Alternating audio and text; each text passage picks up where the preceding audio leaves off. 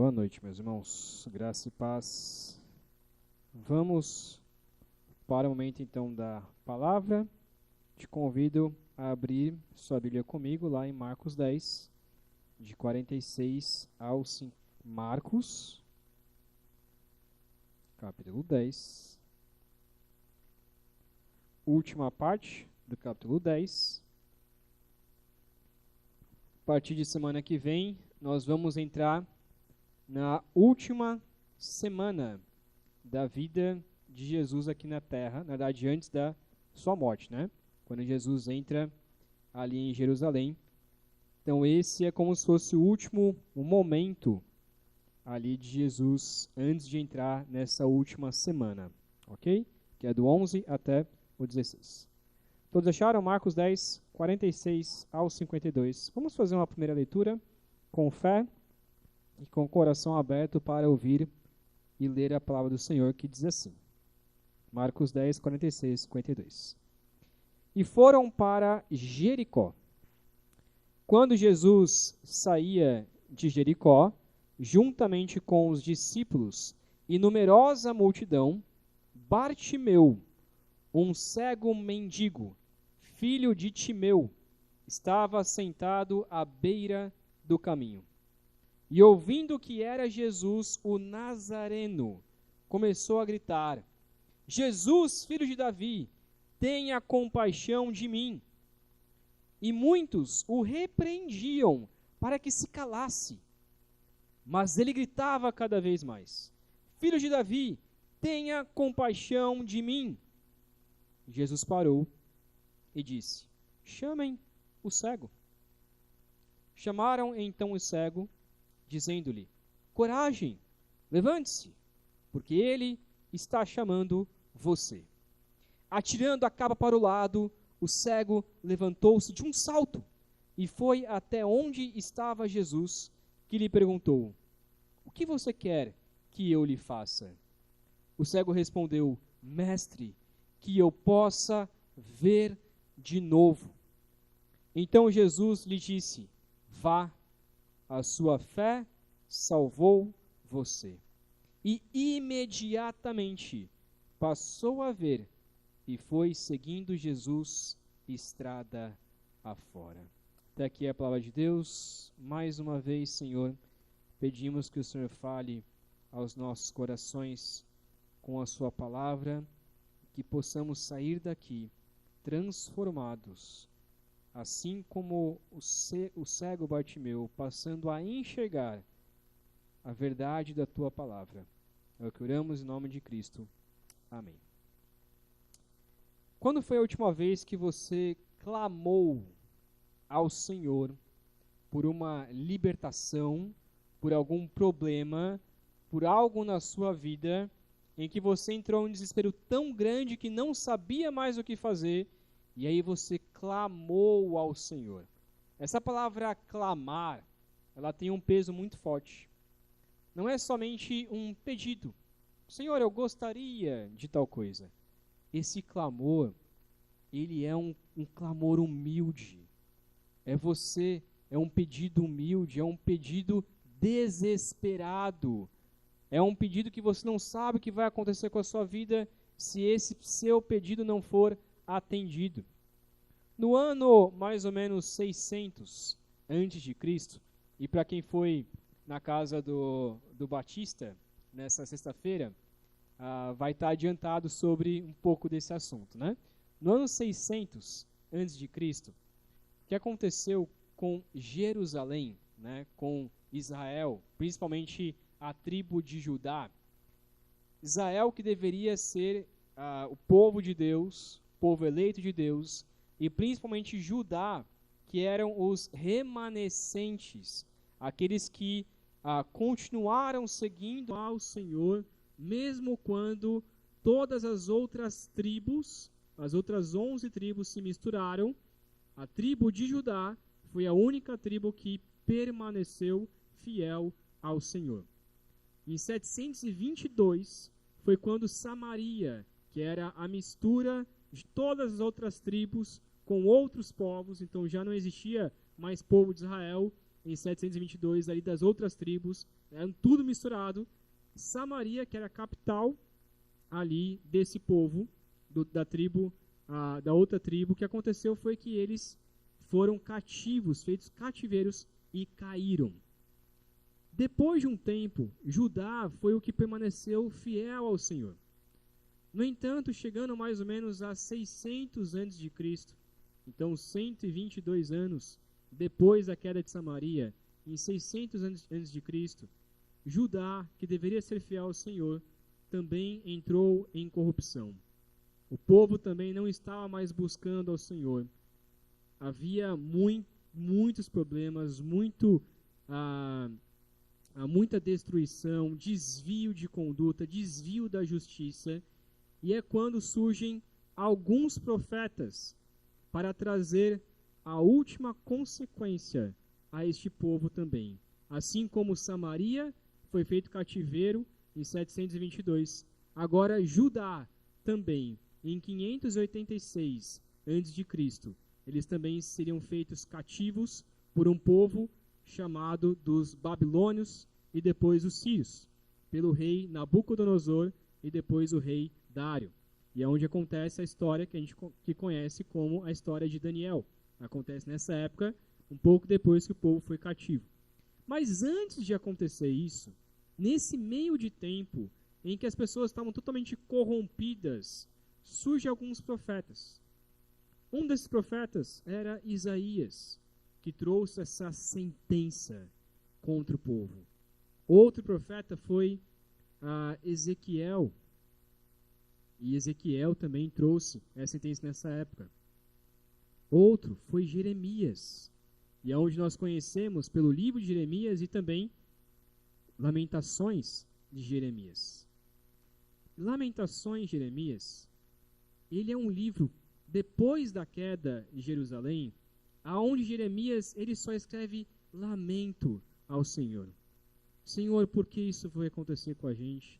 Por que isso foi acontecer com o seu povo? Por que nós nos desviamos da verdade? Senhor, faça alguma coisa, intervenha de alguma maneira. Ele começa então a clamar, lamentar diante do Senhor.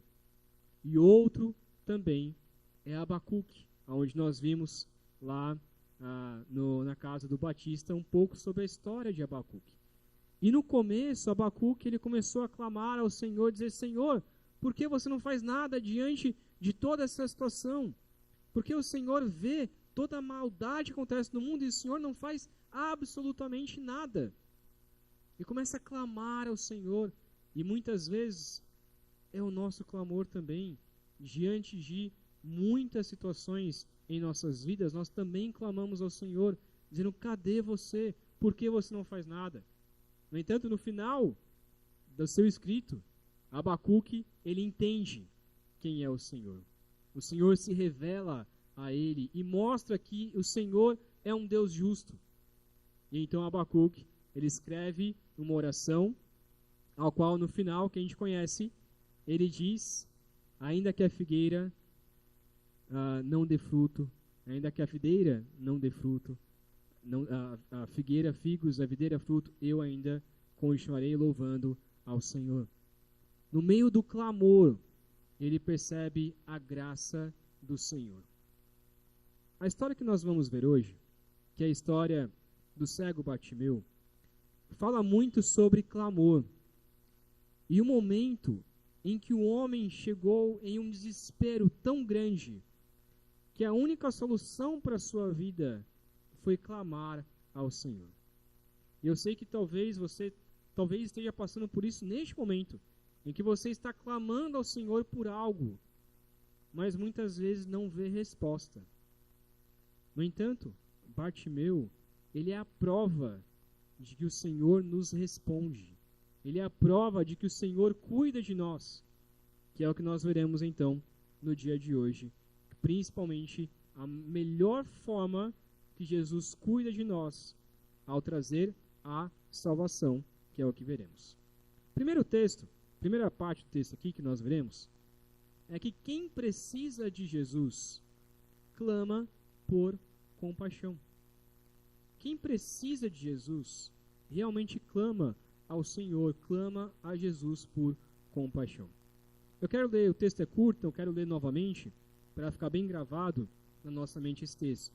Versículo 46 e 47 diz assim: eles foram para Jericó. Quando Jesus saía de Jericó juntamente com os discípulos e numerosa multidão, Bartimeu, um cego mendigo, filho de Timeu, estava sentado à beira do caminho. E ouvindo que era Jesus Nazareno, começou a gritar: Jesus, filho de Davi, tenha compaixão de mim. Alguns detalhes aqui que são importantes para a gente entender esse texto. Primeiramente, Jericó, né, talvez você lembre daquela história, vem com Josué lutar em Jericó. Né, naquela época, Jericó foi totalmente destruída e eles estavam reconstruindo Jericó, talvez em um outro local, talvez em uma cidade com este mesmo nome, e não fosse a mesma Jericó lá de Josué. Mas Jericó, ela se tornou uma cidade bastante povoada e passava, né, era caminho para Jerusalém. Jesus não ia ficar lá, mas estava somente de passagem. Bartimeu, ele era conhecido ou se tornou conhecido. Por quê? Quando os evangelhos, isso é uma curiosidade interessante, quando os evangelhos apresentam nomes de pessoas, geralmente é porque essas pessoas passaram a seguir Jesus. E aí se tornou conhecida da igreja. Então, quando Marcos ele escreve este evangelho, ele cita o nome de Bartimeu, possivelmente as pessoas falam assim: ah, aquele Bartimeu ali, isso, sabia que ele era cego? E sabia que aconteceu a situação assim, assim com ele? Ah, sim, eu conheço Bartimeu. Então as pessoas, elas, quando apresentavam o nome, era para localizar, porque estava nessa mesma época as pessoas possivelmente estavam vivas, e então ele traz este nome. É diferente do jovem rico. Lembra a história do jovem rico? Que nós vimos na semana passada, semana retrasada, melhor dizendo. O jovem rico não apresenta o nome dele. Por quê? Porque ele não passou a seguir a Jesus. Bartimeu já passou a seguir. E algo curioso também, que é interessante, é referente ao seu nome. Seu nome, Bartimeu. E até o texto nos diz que ele era filho de Timeu. Por que isso é interessante? Porque o nome das pessoas naquela época, muitas vezes, era simplesmente referenciando ao seu pai. A gente não coloca algum nome e aí coloca o filho no final, e às vezes neto. Talvez o seu nome seja assim, né? Não sei o que, João, filho, aí João, neto, algo assim. Aqui é quase como isso. Só que ao invés de colocar sobrenome das pessoas, você era chamado como filho de tal pessoa. Como aqui no Nordeste as pessoas fazem isso, né? Às vezes eu estou andando na rua, aí eu converso um pouco comigo: você é filho de quem? Eu falo: sou filho de ninguém que você conheça aqui, porque eu não sou daqui. Ah, não é não? Aí começa a conversa. A Priscila, principalmente, que é mais cara de nordestino, o pessoal acha: mas você conhece sua mãe, você é filho de quem? Você é filho de quem? Não, eu sou filho de ninguém. Você não conhece, lá de São Paulo, etc e tal. Mas a pessoa se conhecia desta maneira, né? Até hoje as pessoas se conhecem dessa maneira. Você é filho de quem? Ah, tá, do seu Manuel, conheço o Manuel, etc. O nome de Bartimeu significava isso.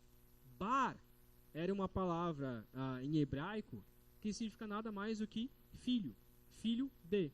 E Timeu era o nome do seu pai, então ficava Bartimeu, filho de Timeu, assim como Simão Bar Jonas, que era Simão, o filho de Jonas. Então isso era uma coisa muito comum. Então eles se referenciam a este cego: olha, é aquele cego, o Bartimeu, aquele que a gente conhece, que vocês talvez já viram, ou então foi conhecido pela igreja. Essa é a história dele. O cego, então, e ele estava na beira do caminho, possivelmente, porque os cegos daquela época, né, os aleijados, os especiais, eles ficavam à beira do caminho para poder pegar algum trocado, porque a maioria deles era mendigo, a maioria deles era pedinte, e então tinha que pedir por algum trocado nesse sentido. Então esse cego ouviu falar que Jesus estava chegando. Ele talvez já tinha ouvido histórias sobre Jesus. Ele sabia quem era esse Jesus. Ele talvez estava na expectativa, na esperança de que em algum momento esse Jesus iria passar por ele. E essa história de Bartimeu é interessante porque já estava no final da vida de Jesus. A partir daqui, possivelmente, foi a última cura de Jesus nesse momento. Depois teve a da orelha de Malco também, né? Mas essa questão de curar cegos ou algo assim, talvez foi a última cura de Jesus antes da sua morte e a sua ressurreição. E esse homem talvez estava esperando, durante 3, 4 anos mais ou menos, Jesus finalmente passar por aquele lugar para ele então ser curado. E ele clama, sem se importar, sem pensar 2 vezes. Ele clama em voz alta, e o texto é bem claro, ele grita em voz alta, ele clama ao Senhor em desespero. Ele diz: Filho de Davi, tenha compaixão de mim. Filho de Davi, tenha compaixão de mim. Por que que isso é interessante? Porque ele sabia exatamente quem era Jesus. Mais curioso ainda é a forma como Bartimeu chama Jesus. O texto está em grego, mas possivelmente ele talvez falou em hebraico ou aramaico aqui, e talvez ele disse Jesus Bar Davi. Jesus Bar Davi. Seria o nome Jesus, filho de Davi. O Bartimeu chamando então o Bar Davi. Ele sabia exatamente quem era Jesus. Ele tinha esperanças de que este Jesus era o Messias prometido. E confiava em Jesus não somente para a sua cura, mas ele também possivelmente confiava em Jesus para a sua salvação, para a sua libertação. O que é interessante nesse pedido desesperado de Jesus é que quem precisa de Jesus, quem sabe que precisa de Jesus, quem tem esperanças, clama por compaixão. Aqueles que entendem que são pecadores, que merecem a ira de Deus, eles dobram seus joelhos e gritam para que Deus tenha compaixão das suas vidas. Há muitos, como a gente viu hoje na EBD, há muitos que se dizem cristãos, que acham que são cristãos porque mudaram a sua moral, porque pararam de cometer alguns pecados, e aí por causa disso acham que são cristãos. Mas quando você vai perguntar para aquela pessoa, olha, como que foi a sua conversão? Quando que foi o momento em que você entregou sua vida a Jesus? E a pessoa diz, não sei, não lembro, ou não sei se isso aconteceu. Meus irmãos, quem percebe que é pecador e quem percebe que precisa de Jesus, clama a Jesus em desespero. Quando o Espírito Santo vai tocando no nosso coração e vai nos mostrando quem nós somos, e quando a gente vai percebendo que nós somos pecadores e merecemos a ira de Deus e merecemos o inferno, que é o que nós merecemos. Quando a gente percebe isso, a gente entra em desespero. E é normal entrarmos em desespero. A gente tem que entrar em desespero mesmo. O que vai acontecer comigo?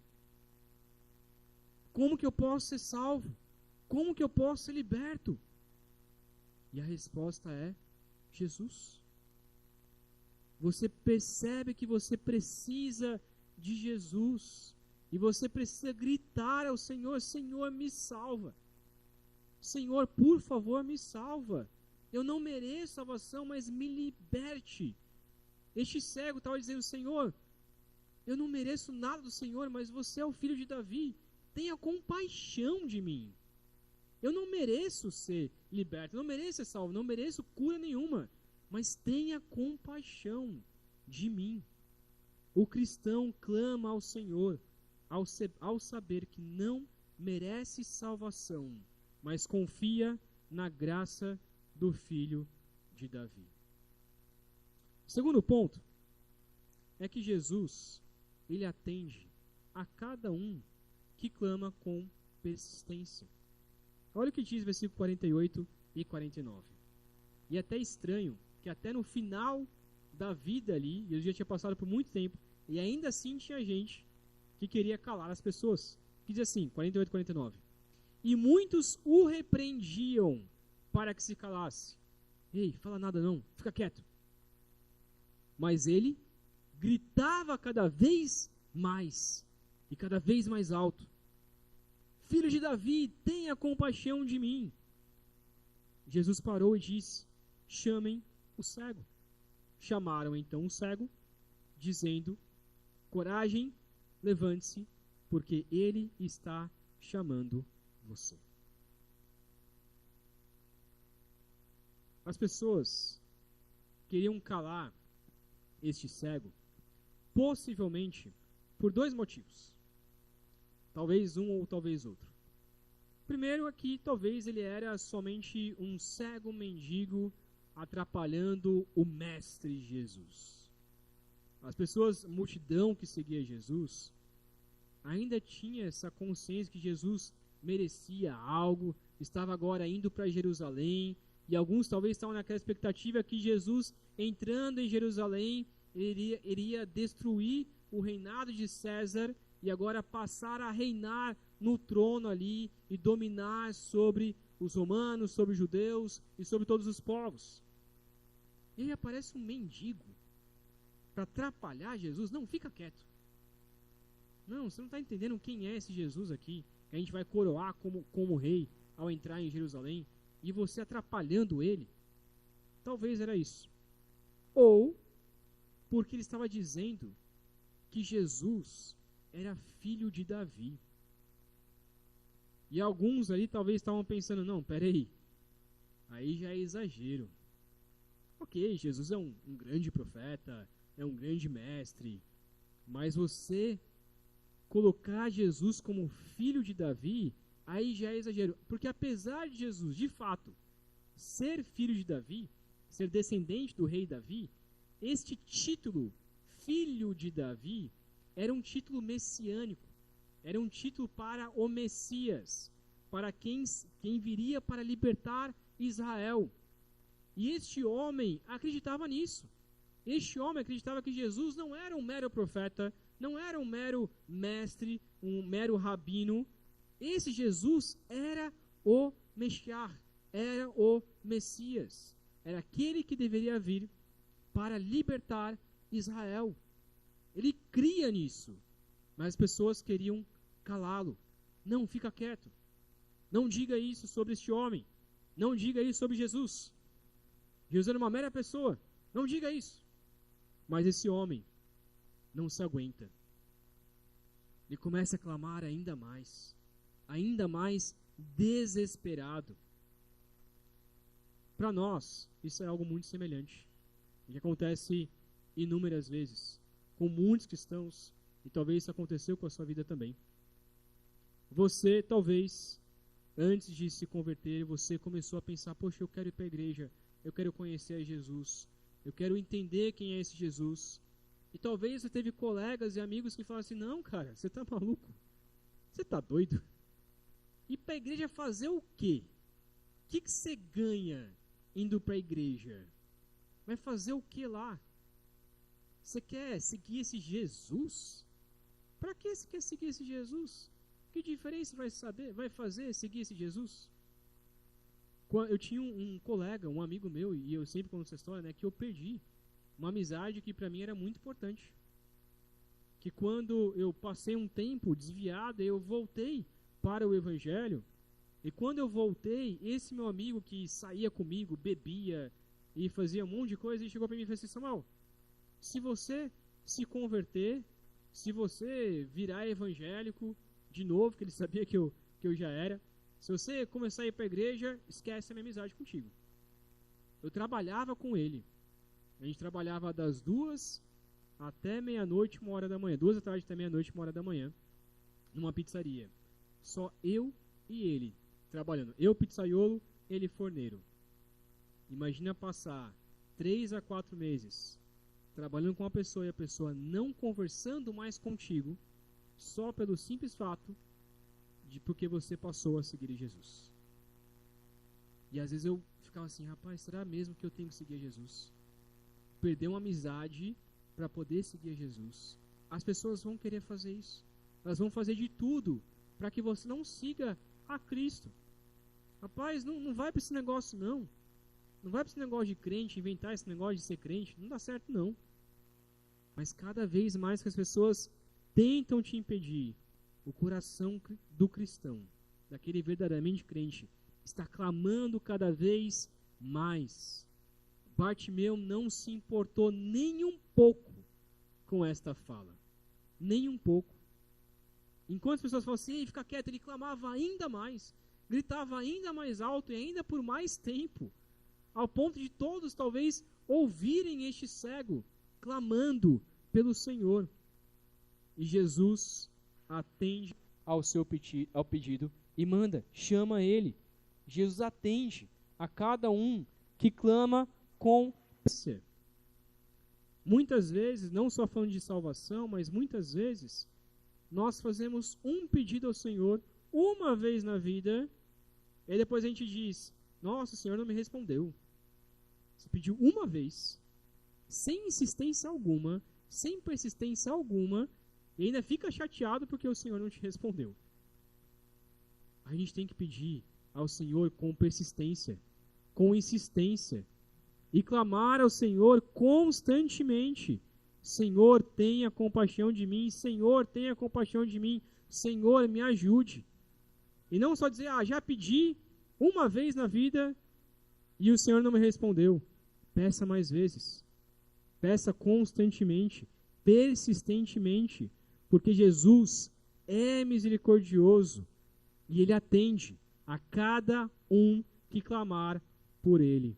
Mesmo que os outros ou outras situações tentem nos falar, o Senhor nos escuta.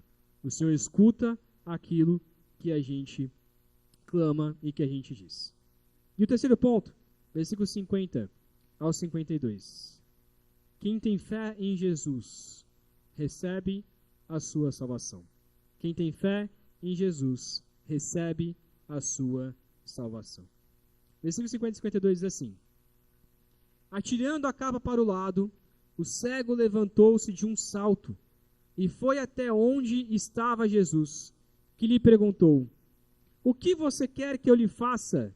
O cego respondeu, mestre, que eu possa ver de novo. Então Jesus lhe disse, vá, a sua fé salvou você. Imediatamente passou a ver e foi seguindo Jesus estrada afora. Bartimeu, ele ficou tão feliz, mas tão feliz, que o Senhor mandou chamá-lo, que a primeira coisa que ele faz, ele já joga a sua capa, joga ali o seu manto fora, e começa a pular de alegria, e começa a ir até Jesus.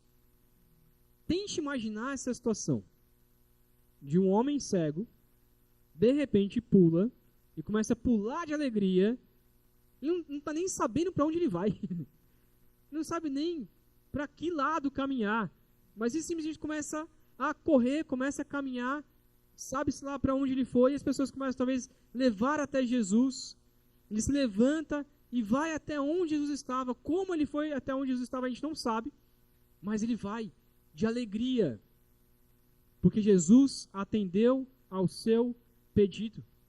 Perceba, ele não sabia ainda que Jesus iria curá-lo, mas ele sabia que Jesus tinha poder para curá-lo. Diz, o que você quer que eu faça para você? Qual é o seu pedido? E ele diz, Senhor, eu queria muito poder enxergar novamente. Eu queria poder ver. E essa palavra novamente, né, ver de novo, é porque ele já tinha talvez visto uma vez, perdeu então a sua visão, e ele pede ao Senhor que eu possa ver de novo. A resposta de Jesus é uma resposta interessante e muitas vezes mal interpretada, em que ele diz assim, a sua fé te salvou, a sua fé te curou. E aqui a palavra salvou é libertou. O problema é que às vezes as pessoas pensam assim, tá vendo? É a nossa fé que salva. Então nós somos salvos mediante a quê? Mediante a fé. Mediante a fé. E aí as pessoas dizem assim, tá vendo? É a fé que eu tenho em Jesus. E aí a partir do momento em que a minha fé ela se torna tão grande, eu então sou liberto, eu sou salvo, eu sou curado, eu me torno próspero, porque a minha fé é uma fé grande. E as pessoas se orgulham em dizer que eu fui salvo por Jesus, porque eu criei, porque eu me arrependi, porque eu busquei a Jesus. Dá vontade de perguntar, peraí, me explica uma coisa, foi Jesus que te salvou ou foi você que se salvou? Porque as pessoas pegam esse texto para dizer assim, não, mas é a minha fé. Então, se é pela minha fé, então eu tenho participação na minha salvação, porque se não fosse por mim, Jesus não teria capacidade de me salvar. Mas não é isso que o texto significa. Falando em termos teológicos, nós acreditamos no monergismo, que é que Jesus é quem nos salva, e como diz o texto de Efésios 2, nós somos salvos mediante a fé. Isso está certo. Mas eles continuam dizendo o seguinte, e isso não vem de vocês. Isso é dom de Deus. Isto que a fé não vem de vocês. A fé que nós temos não vem de nós mesmos. Então, quando ele diz, a sua fé te salvou, Jesus está dizendo, a fé que Deus colocou em seu coração, para que você cresce, para que você fosse salvo. Esta fé é que curou. Mas esta fé também não é uma fé por fé. Essa fé não é significado no estilo de, eu tive fé que eu ia ser curado, então eu fui curado. Eu tive fé que as coisas iam dar certo, então as coisas deram certo. Isso é fé por fé. Isso é uma fé vazia. Fé é acreditar naquilo que a gente não enxerga, nas coisas que nós não vemos. Fé, ela tem um destino. E a fé, para ser uma fé salvífica, ela crê que Jesus tem o poder para salvar. A fé de Bartimeu não era no sentido de, eu creio que se eu for até Jesus e eu tiver uma fé suficiente, então Jesus vai me curar. Não. A fé de Bartimeu era, eu creio que Jesus, se ele quiser ter compaixão de mim, ele vai me salvar, ele vai me libertar, ele vai me curar, porque Jesus é poderoso para fazer o que ele bem quiser. Esta é a fé que nós temos para sermos salvos. Quem salva continua sendo Jesus. Quem liberta, quem cura é Jesus. Não somos nós. Não é o tamanho da minha fé, mas é o destino da minha fé. É o confiar em Jesus.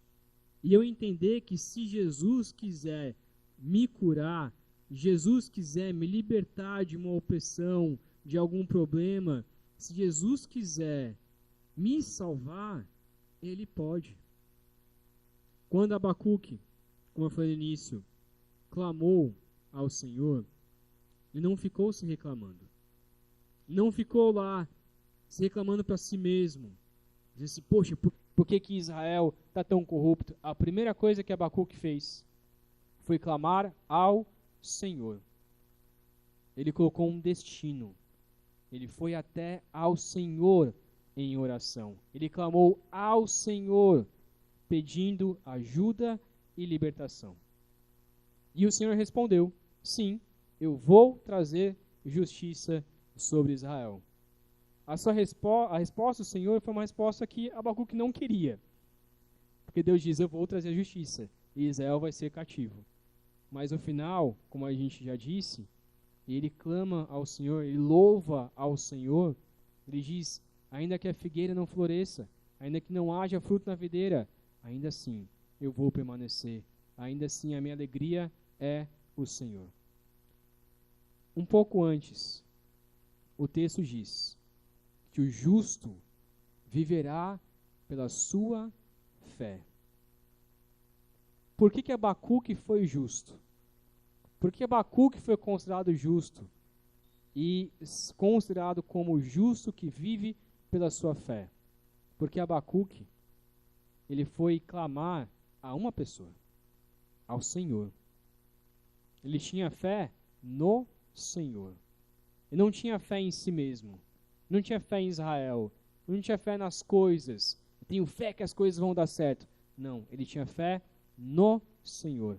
Ele acreditava que o Senhor existia. Ele acreditava que o Senhor iria escutar o seu clamor. E esta fé no Senhor foi o que fez Abacuque viver. Porque ele viveu por meio da fé e foi o que fez ele se tornar justo. Nós devemos clamar, então, ao Senhor para recebermos a salvação. Para concluir, então, indo para aplicações, o filho de Davi atende a todos que clamam pelo seu nome com insistência e por meio da fé o salva com certeza. O filho de Davi atende a todos que clamam pelo seu nome com insistência e por meio da fé o salva com certeza. Quero fazer as aplicações de acordo com os pontos que a gente acabou de ver. Primeiro, quem precisa de Jesus? Clama por compaixão. Se você entendeu que você precisa de Jesus, e todos nós precisamos de Jesus, não só para curas físicas, não só para libertação de opressão, de sofrimento, não só para se dar bem nos negócios, na escola, na faculdade, não só para isso. As coisas são importantes. Sim, são importantes. A gente pode clamar ao Senhor por essas coisas? Sim, nós podemos clamar ao Senhor por essas coisas. Mas o que mais devemos clamar ao Senhor é pela nossa salvação. Pela nossa salvação. E dizer, Senhor, se eu não sou salvo ainda, tenha compaixão de mim e me salve. Mesmo que você creia, e eu creio, eu tenho fé de que eu sou salvo. Eu tenho fé de que eu vou para o céu. Por quê? Porque a minha fé não é porque um dia eu aceitei Jesus. Não, a minha fé é porque eu creio que Jesus pode me salvar apesar de mim. Mesmo eu sendo tão ruim, eu creio que Deus é tão grande e Jesus é tão misericordioso que Ele pode me salvar. E eu, nessa fé que Deus me deu, eu confio para a salvação. Segundo, Jesus atende a cada um que clama com persistência. Creia nisso. Muitas vezes a gente acha que a nossa oração não passa do teto. A gente acha que a nossa oração só fica aqui. E como se Deus não nos escutasse. Creia, Jesus te escuta. Deus te escuta. Cada oraçãozinha que você faz, por mais ruim que seja, por mais simples que seja, Deus escuta. Deus está escutando. Cada pensamento seu, Jesus escuta e Ele te atende. E às vezes a gente acha, não vou nem pedir para Jesus porque eu acho que Ele não vai nem me escutar e nem vai me dar nada. Creia, meu irmão. Jesus é soberano, como Jesus é poderoso. Deus é o Criador dos céus e da terra. Deus é onisciente, onipresente. Ele é todo poderoso. Tudo que nós falamos ou pensamos, Deus escuta. Deus escuta. E Ele quer nos atender, porque Ele é um Deus misericordioso, mas peça com insistência. Clame ao Senhor com insistência. Se você não tem certeza da sua salvação ainda, peça mais vezes. Senhor, se eu não sou salvo ainda, então por favor me salve. Senhor, se eu não criei ainda, então por favor me salve. Senhor, se eu não tive fé suficiente, então me dê fé para que eu creia verdadeiramente no Senhor, para que eu possa ser liberto totalmente pelo Senhor. E terceiro, quem tem fé em Jesus recebe a sua salvação. Creia nisso. Deus pode me salvar, porque Deus é misericordioso, porque Deus é bondoso, porque Deus quer salvar todo aquele que clama por salvação. Deus quer salvar. Deus quer salvar. Se você pedir, Deus, eu quero ser salvo pelo Senhor, creia que Deus, Ele vai te salvar, se você clamar por salvação. Vamos orar? Pai querido, obrigado a Deus, porque muitas vezes nós não sabemos clamar ao Senhor. Muitas vezes nós reclamamos só com o nosso coração.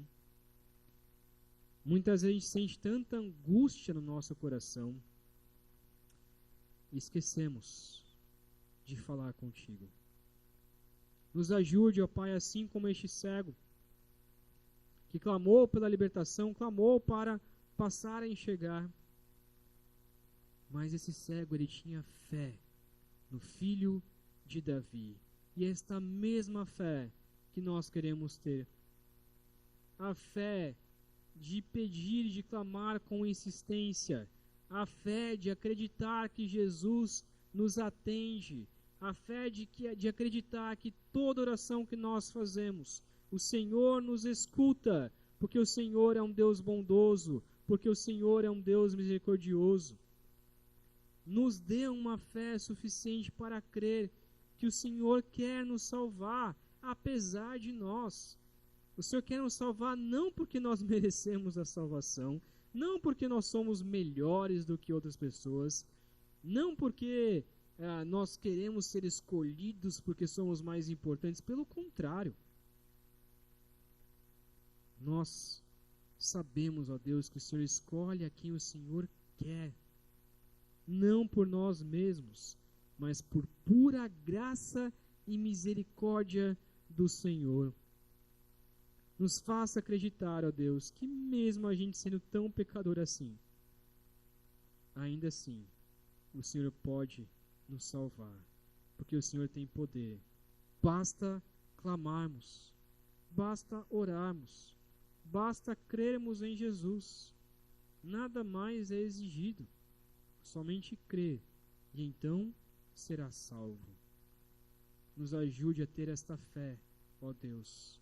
Nos ajude a crer no Senhor e clamar ao Senhor por graça e misericórdia, não só na salvação, mas em tudo na nossa vida. Eu peço também, ó Deus, que o Senhor abençoe a nossa semana, Pai, para que nós possamos clamar ao Senhor dia a dia. Nós possamos ir a Ti sempre pedindo, com os joelhos dobrados e com insistência, crendo que o Senhor atende a cada um dos nossos pedidos. Meu Deus, eu peço que o Senhor nos ajude durante essa semana que vem agora a orar mais ao Senhor. E se alguém aqui que ainda não confirmou em seu coração que é salvo pelo Senhor, que o Senhor incomode essa pessoa a pensar a respeito disso, a pensar se é salva e a dobrar os seus joelhos e clamar ao Senhor e dizer: Jesus, me salva, porque eu sei que o fato do Senhor ter morrido na cruz por mim e ressuscitado ao terceiro dia, eu sei que o Senhor tornou a salvação acessível a todo aquele que clamar, que pedir. E eu peço a Deus que o Senhor ajude essa pessoa, se não confirmou em seu coração que é salva, que essa pessoa tenha essa confirmação definitiva e creia verdadeiramente no Senhor e tenha fé para ter a certeza de que é salva pelo Senhor. Ó Deus, eu te peço que o Senhor salve vidas, salve aqueles que ainda não foram salvos neste local, nessa cidade. Eu te peço isso, ó Pai, e continuo pedindo com insistência, em nome de Cristo Jesus.